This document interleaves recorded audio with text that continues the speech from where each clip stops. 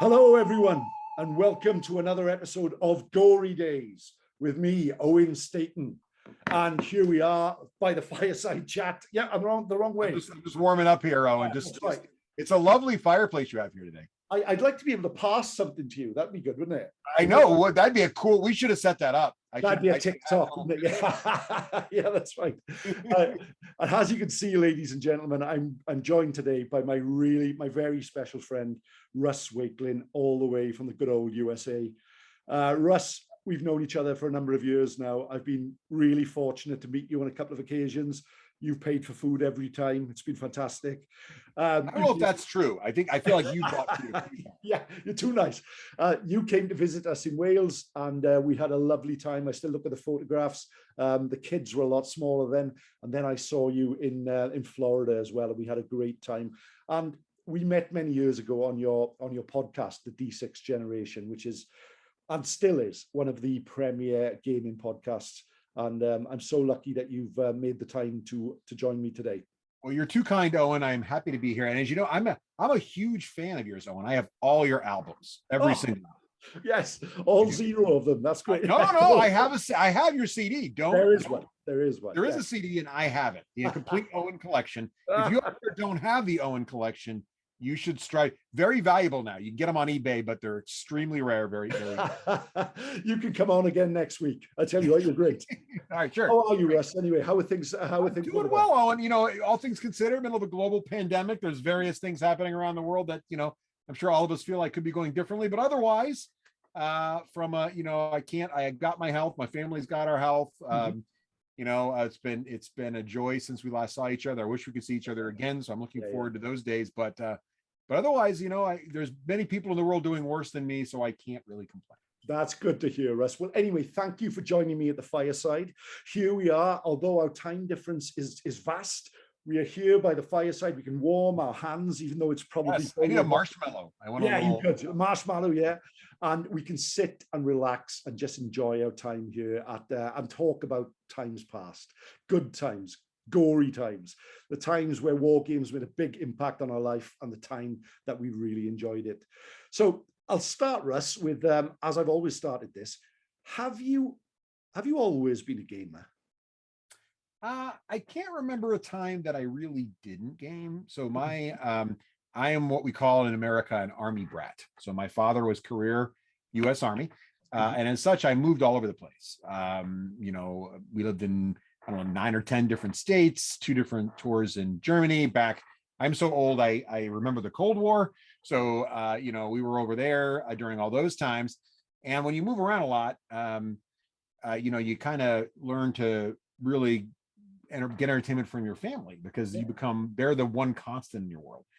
And my mother and her father were really into games, mostly games like chess, and some of the classics, but also I have very, very vivid memories as a very young boy going into the basement of my grandfather's house and just going past all the bottles of the various soda flavors that he'd always have for the grandkids coming over. But then he had this wall of games. Okay. And there were many of the common games like the Risks and Monopolies and Kerplunks and Connect 4, but they were also really intriguing games like Yacht Race and Carrier Strike and Chopper Strike and 20,000 Leagues Under the Sea and all these really interesting games with crazy components. Like, I don't know if you remember games like Carrier Strike. This is a game where there were little plastic aircraft carriers and little plastic planes would slot into the sides of the aircraft carriers. And you put little torpedoes on the bottom of them. You fly the planes and you dump the torpedo. And there were rules and it was like,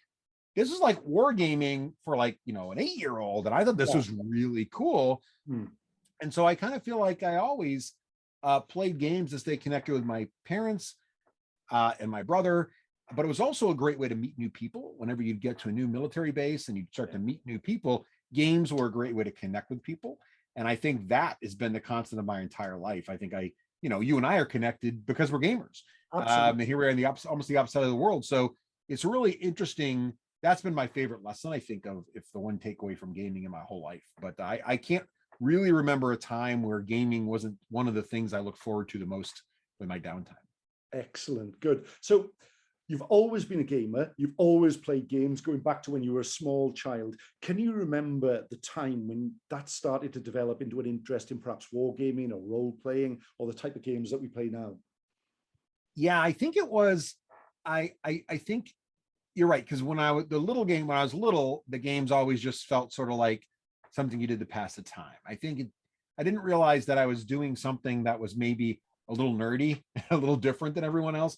Yeah. Until maybe I was like 10 or 11 or 12, so like the tween years, when I first discovered role-playing games, so Dungeons and Dragons. I very distinctly remember my friend inviting me over to his house for a sleepover to play Dungeons and Dragons. I was like, oh, what is this? How do you win? Yeah. And it was like, well, you just get a bunch of weapons and armor and you go beat up dragons. I'm like, well, this sounds fun, but how do you win? And we did the classic, you get a bunch. It was very Monty Hall. You just get a pile of stuff and you fight a dragon, and then you spend the rest of the night looking through the Dungeon Master's Guide, all the cool magic items you discover. So it was very simple. But I remember that, and then I remember introducing that to my brother, and then learning it. And every time we moved, I remember bringing out Dungeons and Dragons and getting a huge. And this was a time, again, it was the 80s, and Dungeons and Dragons was very much taboo back then. It was very much poo-pooed upon by sort of like, was it dangerous, and was it satanic, and all these sorts of things. And I have very distinct memories of my mother, who was a kindergarten teacher, and she was always very supportive of my brother and I. But she's like, "What's this Dungeons and Dragons thing? Can you guys play with me?" And I remember she sat down and we created a character and she played with us. And she said, "So you basically sit around all day and you do creative problem solving, you do math, you do writing, you do economics, and this is bad." She thought this is wonderful. She would host all the kids over to the house, and we had giant parties. And I have a very vivid memory of one of my brother's birthday parties where we had like 10 kids over to play Dungeons and Dragons. Then none of them ever played before. And they're all like, "What should I be? What should I do?" And we all just said, "You should all be half elf fighter mages, because that's the best." So we just all, but those are my earliest memories of that sort of thing. And then that evolved into Traveler and Star Frontiers. And then I also remember very distinctly when we first got our hands on like a Milton Bradley Master Series game, like the original Axis and Allies and Fortress America and Broadsides and Boarding Parties. And these are like the early games that had like just killer components and really interesting rules, and sort of like an epic situation that you played all afternoon. And then also captured my imagination. And eventually that evolved into things like Starfleet Battles and Battletech. Mm-hmm. And so that was sort of the time in my life that I remember, I'm a little passionate about this sort of stuff. And I come home from college, even my brother and I would get back together. We'd play Battletech all weekend, like that was what we would. Yeah. So those were my earliest memories of like the, I guess, hardcore games. Yeah. So you played with your brother, you played, with other members of the family and friends as well. Was that the sort of red box D&D then, the original sort of? Yeah, so it was, we got into D&D pretty early on. I remember getting it was sort of the blue box under the Christmas tree. And then I remember one holiday, I think it might've been Easter, where my mother was sort of asking what we wanted. Because we were old enough at that point that the Easter candy was less of a thing and just sort of like some kind of thing. And she said, and I remember all the hardcover AD&D books had just come out. Yeah. So it was like the original Player's Handbook, the original D&D and Demigods. So I remember getting those. Yeah. But when we first started playing, it was the old, I don't think it was a red box. It was the old blue box. We still had the little crayons to color your dice. Yeah, with the dice. Yeah. Oh, great. So can you remember what apart from D&D and Battletech, were there any other games? Did you play the sort of Games Workshop games or anything like that? Or? Games Workshop started, that's Craig Gallant's fault, actually. Oh, okay. So Games Workshop did start in late high school, early college. So for those who don't know, Craig Gallant is the co-host of the D6 Generation podcast that I mentioned earlier. And I'm sure we'll talk more about that. But so in high school, Craig and I became friends in high school, as they do with my brother. And Craig was the one that introduced us to Rogue Trader. Yeah. And so he got us into Rogue Trader, kind of like because Rogue Trader back then was sort of D&D with models, like everything. Yes, there was a tabletop game, and I'm using air quotes here because we didn't play it on the table. We played it on the floor. Like we would spread out green felt, and we put books under it to make little mountains. because we didn't know, I mean, miniature what, and he would take all the models out and he'd assembled them. Yeah. And our painting was god awful back. I don't even know if we painted them, and we would fight. And I remember we'd cut out of felt little red circles and we put them under the dead guys for the pools of blood. Like it was very much the visual. But we had like little plastic railroad trees and like, but I very vividly remember him doing this and getting us into it. And it was very role-playing-ish because the army generation, like for Chaos, was totally random. Like there was no strategy. It was just sort of a story unfolded. But I do very vividly remember that and remember thinking the models were cool. Yeah. And then later, after college, I started collecting and painting Games Workshop, like right out of college. During college, I had that kind of money. But before college, in late high school, early college, Craig gave us sort of a taste of it, and that's sort of when I first got into miniature gaming. Fantastic. So you go off to college. You play a lot of games in college, I take it then. I did, and I got really into. I studied aerospace and ocean engineering, so I got really into sort of the military, like Harpoon and stuff like that, like the naval warfare games. Yeah. Advanced Squad Leader, stuff like that. But I still, whenever I come home, Craig would be there with Games Workshop stuff, going, "Look at the new thing." Yeah. And so he was very much still keeping me firmly planted in the fantasy stuff. But I did a lot of in college, also a little bit of role playing. Like I remember playing Paranoia at various events. So I did a little bit of everything through there too. So yeah. Excellent. Good stuff. So you come home from college, life sort of takes over for a little while, but at some point, even though you studied aeronautics engineering, you became a game shop owner. Yes. Yeah. Okay. Yeah. So there's a little bit of a gap there. So what ended up happening was I came back, from college, got married, started our life, the whole thing, and stayed connected with Craig, ended up settling down in New England, which is where Craig was. Yeah. And I can't remember exactly how it started, but Craig was like, I think it was Necromunda initially. So Craig got us into Necromunda. And we'd all come down to the local gaming store. We played Necromunda with Craig. And Necromunda was easy to get started in because there wasn't that many guys to paint. And so we started playing in this.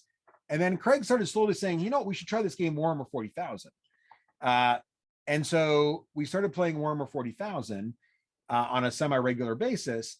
And we decided that it'd be good to start a league. We thought it'd be fun because we got into it. And the more we kept playing at the store, and my brother and a couple of the high school friends were playing. So we had like 4 or 5 different armies. We played regularly. Other people at the store would see us playing regularly, like, well, can we play with you too? And this is kind of before stores hosted anything. Like stores were just stores. And this one store, though, happened to have like 2 tables. And so we'd go in and we'd play there. And when we offered to bring terrain in, and we started making the terrain for the store. And then we created this league thing with rankings and stuff. And this is like 1995 or so, or 96 maybe. Anyway, I decided, it'd be easier for this whole league thing if we just made a simple web page. So in my day job, I'm a IT technology software engineer, product manager type person. Back in the 90s, I was more of a software developer, but I knew enough to know how to make a web page and stuff like that. So I cranked up a little website. And so funny story about this little website. I cranked up this little website just to put the standings of the league on it and the league rules, because people kept coming to the store like, how do I get involved? How do I play? And we got tired of handing paperwork out. So I'm like, and then we also wanted to have the standings up there to see how people are doing. I'm like, I'll start this little website. There's this, no one's using the URL wh40k.com. Warhammer 40k was not registered. And I'm like, well, I'll just get that one. What do you guys think? So I came back to the store the next day. I'm like, what do you guys think about, wh40k, Warhammer 40,000? And like, that's great. Yeah, that's great. And you think GW will care? And they're like, nah, GW won't care. And I went back, and sure enough, it was taken. GW had registered literally the day between. So I was like, uh-oh. Yeah. And I was like, well, I should pick something a little more fun. And I was a big orc fan. So I'm like, why don't I just pick dakadaka.com? And so we did it. We picked dakadaka.com was the name of the website. And that actually eventually evolved into the website that still exists today, dakadaka.com, which is one of the premier Games Workshop communities. Actually, it's broader than Games Workshop now. But that's how it started. We started dakadaka.com in 1995 or 6. And what happened then was we started posting pictures of our armies, like army profiles. And we do little picture sets of them, and we take notes. and we got really into it. And people around the world sort of, why we were like one of the first sites to do this. I know it seems weird today, like there's a million of them, but this is like the first place it's ever done. And so we started doing this, and we started getting this huge following, like millions of people around the world were checking out dakadaka.com and talking with us and asking us about strategy and tactics, because we didn't realize it, but we were like some of the people playing, because this is way ahead of like grand tournaments and competitive play. This is just us goofing around, and people are like, wow, there's these Americans that are playing all the time. So that's how it sort of started. And that eventually turned into, I just want to stop you because I'm glad you went into the website story, because I thought you were going to say then that you opened a shop just to host the games, basically. No, that was the website started it all. Yeah. And the website was like, we were like, could we build a store? Because what happened was the store we were playing at, you know, they weren't reliable, it wasn't as clean as we wanted. I wasn't picking on them, it just wasn't what we wanted. And there weren't enough tables ever, and they were letting Magic players come in. Not to say anything wrong with Magic players, but we were making all this terrain that was destroyed. Yeah. And we're like, wouldn't it be great if there was a store where you could go and it was like a golf club or a bowling alley, where it was just maintained for gamers, by gamers, all the terrain you could ever want, all the tables you could ever want. And that's eventually what we did. So Dakadaka, the store, opened up. Excellent. Powered by the website, and it was really a destination location by the website. And we started that. We launched that in 2000, actually. I remember very clearly. Did you give up a job for that? Did you give up a career? What's that? Did you give up? I did kind of. I became an independent consultant. I still did some of my IT consulting on the side, but my day job was really running the store. Wow. My brother was a partner. My wife was a partner, and we ran it for 5 years. And we had, you know, it was amazing. We had really good growth. We had, we were one of the largest GW stockists on the East Coast, just in terms of volume. Like Games Workshop would call us up and be like, I don't even know how you guys are doing this. You know, it was really great.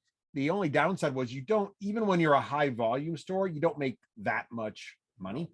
And so eventually we just decided, eventually what happened there was, we had kids, my brother's family had kids, and we just realized this wasn't something we wanted to do with kids. And so we sold the store off. I kept the website for a few more years, but eventually I actually sold the website to a gentleman named John, goes by Yak Face in the DACA forums, and he runs the whole place now. He's doing an amazing job. That place is still rocking. But yeah, that was the whole story of the store and the website. I don't think you realize it'd be that long of an answer, Owen. No, that's good. I love that. Did it change the way that you looked at gaming? Did it become more of a chore, or did you still have that love and that desire to game, you know? I will say a little bit. I think it definitely burned me out on Games Workshop. Right. And I don't know that was Games Workshop's fault necessarily. I think it was just, Games Workshop became work. It was interesting to me that gaming didn't become work, but Games Workshop became work. But I will say some of my fondest memories happened running the events there, like teaching a bunch of little kids how to paint, or we would run these mega battles where people would just bring their armies, and we'd have the giant story spanning like 10 tables, and there'd be Battlefield Gothic on one table in space, and there'd be 40K on 4 of the table. There'd be Titans and, you know, Forge World stuff everywhere. And it was some really amazing things happen there, and some amazing memories that I still get. Some of the kids that used to shop in that store that are now adults come up to me and, oh, so good to see you again. I have such fond memories. So those things, like, you know, it's very special to look back on that. And I'm very proud and happy that we were able to do what we were able to do. Yeah. But I'm also, you know, it was a perfect time in my life to be able to do that, but also couldn't last forever. So, you know, but it was a very special time. Is it still there, the shop? No, the shop eventually closed, unfortunately. It went through a couple different hands, and you know, it's hard to run a gaming store. You have to, I think a lot of people don't run it. I think really the reason the store lasts as long as that, I tell my wife this all the time, Nicole, my wife, who was on the D6 generation also for a time. She's really like business oriented, bookkeeping oriented. She worked in retail for many years. So she kept us honest and kept us running it like a business. I think so many game store owners are gamers first and business people second. And I think unfortunately some of the folks we gave it, while they were passionate and they were really into it, because it was in business first for them, I think it eventually, like so many game store experiments, eventually had to shut the doors. Wow, that's a shame. But that brings me on to my next question, which is one of my favorite, really. You were a gamer across the world as an army brat. You were a gamer in college. You have gamed basically all your life with Craig. Um, Game shop owner. You've just sort of talked about hosting tournaments, hosting big games. Is there one gaming memory that was your gaming Everest, where you got there and you just thought this I think, doesn't yeah, get I better? think it's kind of funny. I think there were a couple, and they do center around the store. I think the there were really three parts to that. I think building the community, the Daka Daka community, was one, because that was really special to be so engaged and so involved with so many people around the world. Really was so rewarding and humbling and just a wonderful experience. To do that again locally was something special. And I think having those amazing tables and going in the morning and getting ready to win a tournament and have all those players there just full of energy. Like I remember getting in the morning and getting amped up to run the tourney. And I'm like just a showman, like I'm yelling and screaming, let me hear what, like the whole thing. And it was just so fun. And the players would come and they'd been painting their armies for months getting ready for this mega box. So we do these things like once a quarter, maybe once every other month, but they were not super often. And there were different games. So it was your one chance to bring out all your Titans and all your stuff. And people are always fully painted and they came with the spirit of the intent. And it was just, so those moments are so magical. And to be able to have provided those for people and been involved in building them with my brother and my wife was very, and Craig too, because Craig did all of our training. He was a real big part of it too. I think that was really special and is still, other than some of the interaction I had with my family around gaming, one of my most favorite gaming memories. Oh, brilliant. That must be fantastic. And like I said, you're a bit of the sort of George Bailey of gaming there, isn't it? You're right. I mean, you don't realize how much influence you've had on other people. I mean, all those people who've come into the store, how many people have got into gaming through that? I bet, as you say, people still come up to you and talk about it all these years later, which is Yeah, great. it's hard to know. And Yeah. I feel embarrassed because it's like, I'm just a guy, I don't know. But I just think about the fun I've had with my kids through my discovery of gaming, and thanks to all the people that shared gaming with me, like my grandfather and my mom and all my friends. Yeah. That I'm just glad, I'm just so gratified that I was able to do that for some other people. Brilliant. And now we fast forward to it must have been, I would say, and correct me if I'm wrong, but it must have been around 2008 that I Mhm. was driving to work one day and I just recently discovered these podcast things which I'd never heard about before. And I came across the D6 generation. And you guys were doing a like a competition. I can't remember what it was now, but it was a competition where you had to write in with an idea about something. And I did this like poem which I recorded and sent to you. And I didn't think anything of it. And then a couple of weeks later, I was driving to work again and I thought, oh, here's that D6 generation again. And I put it on and my poem was read out. And I almost like leapt out of the car. I can remember going, and I'd won the competition and it was amazing. How did that come about? It's got to be one of the longest running podcasts in all genres, really. And Uh, going today. well, that's funny. So the D6 generation was a funny story. The I was sort of done with it. It's really funny. So 2005 is when we sold the store, Mhm. and as much fun as I had with it and as special as it was, I was just like, it's time to move on, get back into my professional career, focus on that, focus on the family. I got two young girls now.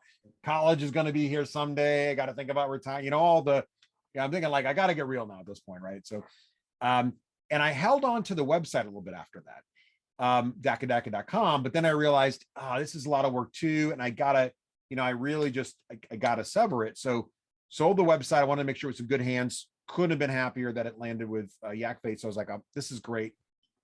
So about 2007, I was done, right? I'm like, oh, good. I'll just be a regular Joe civilian gamer guy, but mostly family man, right? And that lasted about a year. Yeah. and then, and then, so 2008, Craig and I go to this local event. At that time was called TempleCon, and it was in Providence, Rhode Island, a few hours south of my house.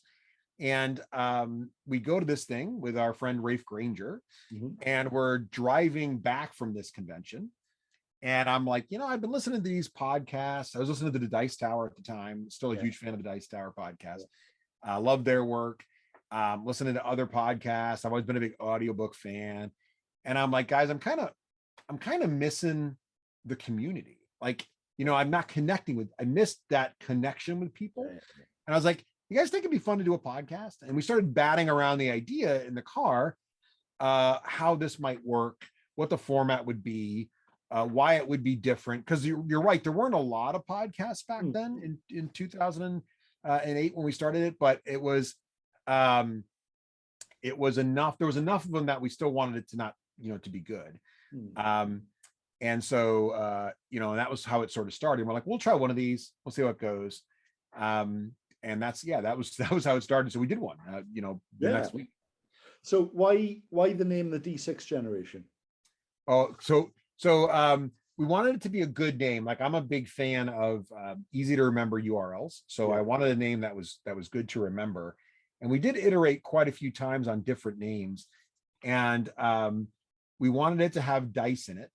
And I think it was D6 because the vast majority of games you play have D6s in it. And the word generation came about because we wanted it to sort of imply that there was like this era of gamers or this group of gamers that grew up with D6s. Because when you think about it, the D6 is really sort of the foundation of most gaming.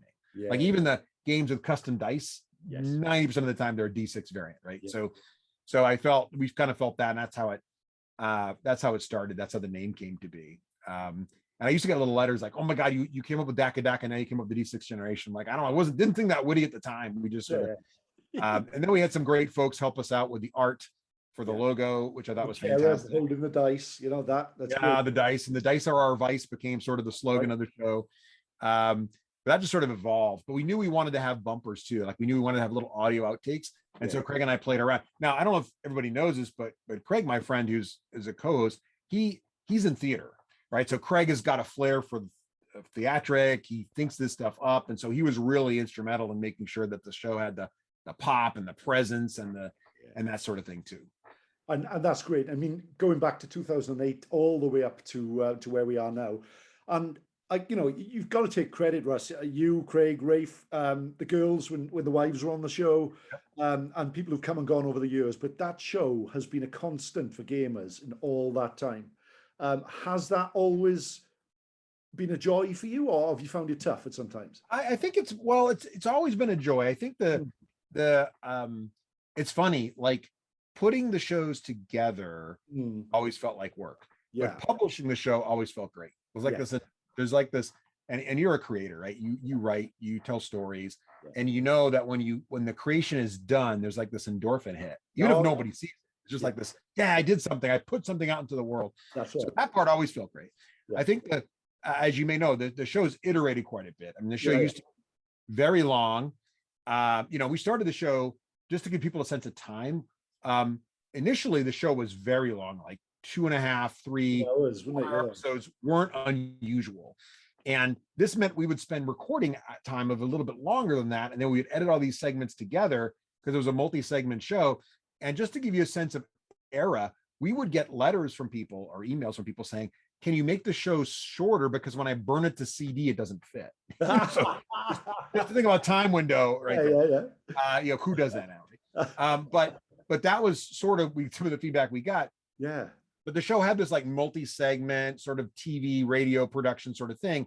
That became too much work. And so about 2 years, 2018, I guess it was 3 years ago now, we went to this different format now, which is what we call pips, which is, dots and the dice, which are like, instead of having this long bi-weekly megasode, now each pip was like one segment, usually part of the main show. So you're getting a little less content now. But it's still so much fun to be out there. We still get such great feedback from folks. And what we do has changed a little bit, but we're still there. And it's still just a joy to have those interactions with people, and to have met so many folks like yourself is really the magic part of it. I got to tell you as well, Mullin Mechanics was my favorite segment. Let's going back all those years. I got to do a mulling. Now you've got me thinking I got to do the Mulling Mechanics episode. Mullin We Mechanics. should have you back on. You and I can mull some mechanics. Yeah, you be quick with me. I'm terrible with mechanics. I'll be awful. I won't have anything to say. Okay, so D6 generation gamer. That's taken us up to where we are now. What is your all-time favorite game, Russ? Wow, all-time favorite game. I don't know. It's if I were to look at the games I've played the most of, it's probably close between Warhammer 40,000, okay, back in the store days and the league days, and War Machine. All right, yeah. And I think if I had to pick, if I'm picking miniature games, I think I would probably pick War Machine still. And the reason I would, I know there's like 40K fans out there that are throwing things at me now. The reason I would pick that is, so War Machine became very special to me after 40K, because as I mentioned, after the store and being pure GW, I was kind of burnt out on GW. So War Machine was the game I came to that gave me what 40K used to give me. And I just absolutely love the art in War Machine. I just really love the art. And thanks to the show, I was able to get to know a lot of the people at Privateer Press, meet them in person, see what it did. And the art in War Machine, the models in War Machine, I just really like the War Machine stuff.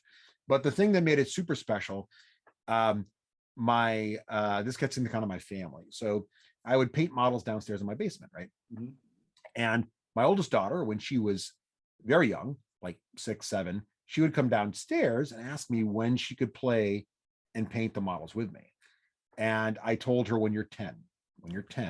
Yeah. And so I had kind of told her this several times and I'd kind of forgotten.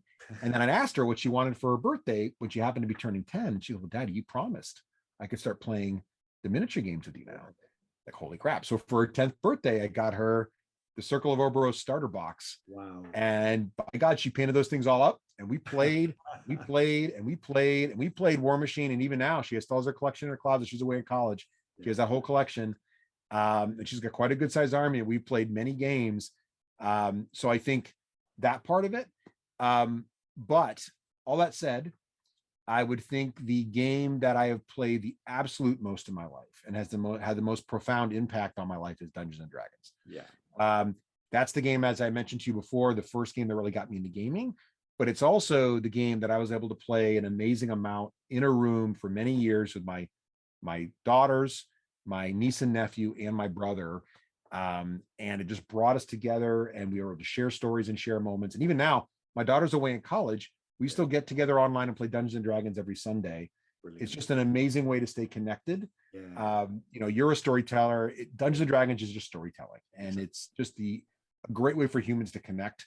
So if you're talking general miniature games, it's probably War Machine. But if you're talking overall most amazing gaming experience in my life, I think D&D wins by quite a bit. Excellent. And you've basically answered my next question there. You're well known as a family gamer, Russ. I've met your family. They're lovely people, lovely kids. That must really mean a lot to you, that you can sit around and play games, with your daughters, with Nicole, with your brother still, yeah, and everybody as well. Oh yes, and we still do. And in fact, I got my brother to spend about $200 in Smash Up not too long ago, because we started playing that again. He's like, "Oh my God, this is awesome!" And he got all the Smash Up cards. But yeah, we've had an amazing, D&D definitely. I will never forget my daughter going to my daughter's room, and they're writing. They're sitting at their desk with their own downtime, like writing the character backstories, drawing pictures of their characters, drawing pictures of the adventures that we had over the years. And we played, we had like a 5-year campaign, the Tyranny of Dragons campaign. And they still talk about it all the time. We're still playing games with it now. And my niece and nephew, same. So yeah, I think that was definitely the most magical part. But we also, like with my wife, we played quite a deep into Risk Legacy, Bunny Kingdoms as a family favorite board game. So yeah, just like my family, growing up, my family has now grown up with games, and now that my oldest daughter's out of the house, I want to make sure I'm staying connected with my youngest daughter. So every Sunday, my youngest daughter and I have a ritual where we go to the bagel shop, we get some bagels, and then we come home and we play a board game together. And she picks, and she likes to learn games. She's got the same sort of bug I do. So we try to pick a new game and play it. And then I can't get her on the show. I keep trying to get her on the show. She's like, no, but she's like an awesome little critic. Like, she's so direct and to the point. I'm like, you'd be awesome on the show. She's like, no, but she will tell me what she thinks of it, which is a lot of fun. So yeah, so it's a very big part of our family. It's just, it's hard to overstate how powerful role-playing games are. And I think if you're only going to do one thing with your family, that's a pretty good one. And I think whatever's going on in your life, whenever you go back, if you've got that and you've got your family doing that, that just means so much, doesn't it? It's somewhere you can go. It's somewhere where you're happy. It's somewhere that opens up your imagination. Gaming is such a good thing, you know, and for someone like yourself, that must be great. I think it really is. I think that's a, you know, it's something that it's a shared experience. It's, you know, everybody's looking for how do you get quality time with your family. And those events, it's one of the few times the kids will put down their phones and they're fully engaged and they're thinking about it. You know, it's funny because even when we do the remote play with my daughter away at school and my brother and his family up in their house, you can see everybody's looking at the monitor. They're all fully engaged. No one's on their phones goofing around. Like, but you know, if you watch a TV show, no one's engaged. Like, you know what I mean? Like, it's kind of funny. So I really, it's really, I mean, I like all kinds of games, as you know, and if anybody's listening to D6 Generation, we talk about everything. But the power of the RPG, you know, we owe a huge debt to the folks who you know, Gygax and all the folks who brought us these games, because they're really quite an experience. Brilliant. Okay, just a few quick fire ones then. Favorite book? Okay, so I want to cheat on this. Okay. So I think like my favorite authors, and this is going to sound like I'm trying to be intellectual and not. I genuinely am a huge Mark Twain fan, like huge. Yes. So I love Huck Finn and Tom Sawyer. Samuel Clemens, is that his real name? Samuel Clemens. That's right. Connecticut Yankee and King Arthur's Court. If you've not read that book, it is fantastic. I think his writing style is just awesome. And it's just quintessentially American, fantastic American author. And then the other ones, the other authors that I love, like, I don't know how many times I've read The Dark Tower by Stephen King, but too many. His writing style also, it's really a writing style thing. I have to include Tolkien in here because I don't know how many times as a young kid I read Lord of the Rings, but there weren't that many fantasy books back then. There was Sword of Shannara, which I always thought was terrible. I don't know why I hated it so much. There was the Dragonlance series, which was pretty good, but didn't really stand up. But before all that, there was Tolkien, and it was so good. And it was so just, I don't even know that it was really the story as much as the world building he did. But then the other books that I've read endlessly from the classics is from your side of the pond, Douglas Adams, Hitchhiker's Guide to the Galaxy. Brilliant. But if you wanted to go like more recent, like anything published in the last 30 years, I guess I like the Powder Mage trilogy. Fantastic. I love Dresden Files by Jim Butcher. Those are awesome. Kevin Harn does the Iron Druid Chronicles. It's basically Dresden Files, but with a druid. Yes. Larry Correa's Grim Noir Chronicles are awesome. It's like magic, but gangsters in the 30s, which is pretty cool. And then my absolute favorite recent series, Joe Abercrombie's The First Law trilogy, is really very good. Yeah. I think I just shared like a million. I cheated. There's a lot of reading there. Favorite. Yeah. And favorite book, favorite film, Russ? I think the film I'm not going to cheat on, it's A Princess Bride.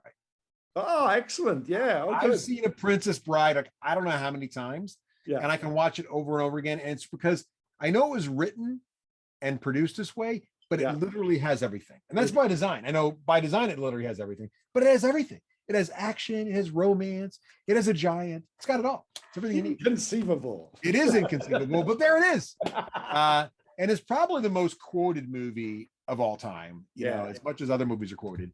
I just love that film. I can watch it over, and I hope they never remake it. It just never had a sequel. It's just a perfect little package. Don't touch it. It's just perfect. Brilliant. Okay. Young gamer all your life, away in college, game shop owner. podcast host, live shows in Gen Con, Adepticon regular, well known in the gaming world, really sort of well respected. Has it been worthwhile, Russ?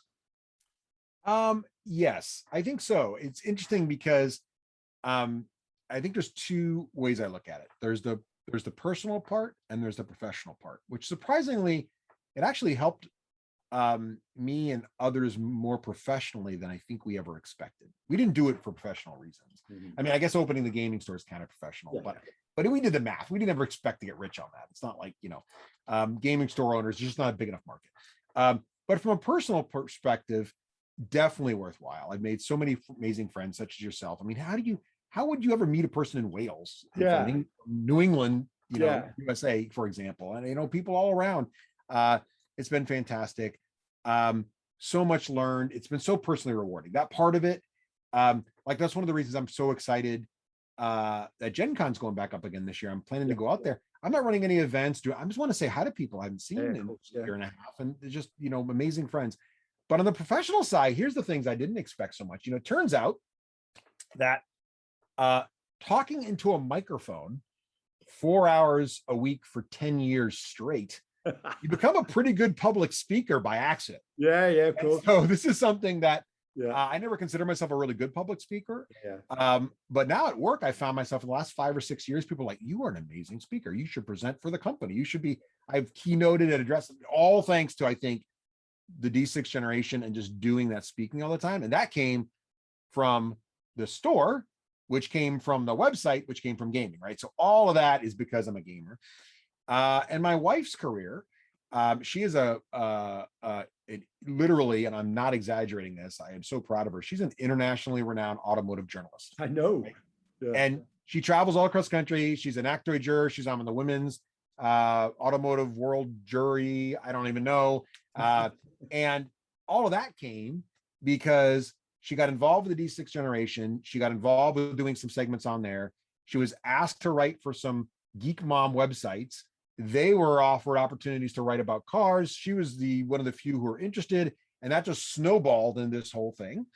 And Craig, similarly, now I think Craig just tweeted out that he did his 10th novel, and all of his novel opportunities have come from his connections that were built from the D6 generation. So was it worth it? Absolutely.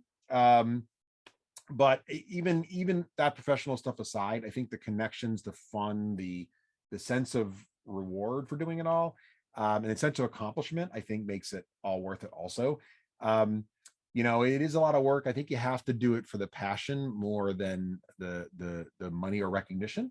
But every once in a while, we'll get a letter from someone who has had a difficult time, and they'll tell us a story about how the show or what we do or that event we ran or whatever really meant a lot to them. And that's really where the reward is, because I still can't believe that kind of stuff we do matters so much. But it does. And especially times like now, I think people doing little things just help people take their mind off of some of the challenges in the world. I think it's important. So I think I'm really humbled and excited to be on your show today, Owen, because you do a lot of that now. And I think that's really important to help people escape and get away for a little bit and just have a little fun and relax, because there's a lot of things to be tense about right now. Yeah. Okay. Before I let you go, Russ, I've got to, if I could do it, here's my sort of tech. Here we go. High tech move. One last warming of the fire here. I know. I've got to get rid of the fire. We'll walk inside for a moment and just show the guys, if I can, your gaming room, which impressed me massively. Change immersive view. Yeah. Okay. All right. Let's go. Here we go. Make the switches happen, Owen. Push the little buttons. I'm pushing, but it's not happening. Manually, I could do this. I can make us go somewhere else. I could put us in a class. Ready to loading another immersive view. I know. I think that's wrong. I don't know. I'm way back here, Owen. Hang on, meeting. Yeah, I know. I think, Russ, we're gonna have to show them another time. Well, don't overdo it, Owen. We don't want to break your classroom here. I know. This is nice, though, isn't it? It's very lovely. I'm enjoying the seat. It's kind of, you don't want to be in the front row, because that's too close to the teacher, but you don't want to be in the back row, because right here is pretty good. I feel like I've got a good view of what's going on here. Yeah. Okay. I've got the really bad seat here, Russ. Hey, thank you ever so much for coming on the show. I really appreciate it. Diolch yn fawr. Guys, you can see Russ or hear us anyway every week on the D6 Generation. Please check it out if you haven't. Where have you been? Yeah, and thank you ever so much, Russ. It's been great to meet up with you again, and we'll get together soon. Yeah, I would love to, Owen. Thanks for having me on, and hi to everyone. Thanks for having me on, Owen. Appreciate it. Take care.